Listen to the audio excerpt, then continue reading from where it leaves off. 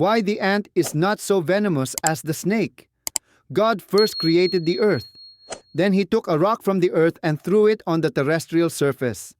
When the rock was broken into many small pieces, he breathed into them the breath of life, and they became living creatures. At first these creatures, though differing in shapes and sizes, were not given different powers. Among these creatures of God were the snake and the ant. One day the snake went to God to ask for power. It said, "I come to thee, O God, to ask for thy favor. The world thou hast just created is wild with confusion. I have come to ask thee to give me the special power to kill all those that are rebellious and troublesome." "Go back to your fellow creatures," answered God. "Hereafter you are endowed with the power to store in your teeth this poison. When you bite the vile and contemptible, inject into the wound some of this poison, and they will be killed.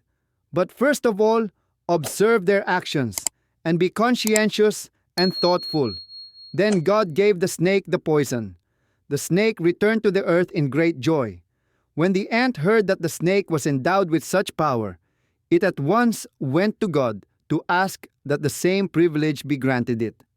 The ant found God on his heavenly throne, instructing his host of angels. The ant approached God and addressed him thus: "O thou Almighty God, my brother the snake has been granted a great privilege by thee. Why art thou so unkind to me? Give me the same power, and I will be of great aid to the snake in destroying sinners." God, thinking that the snake might need an assistant, gave the ant the same privilege that he had given the snake.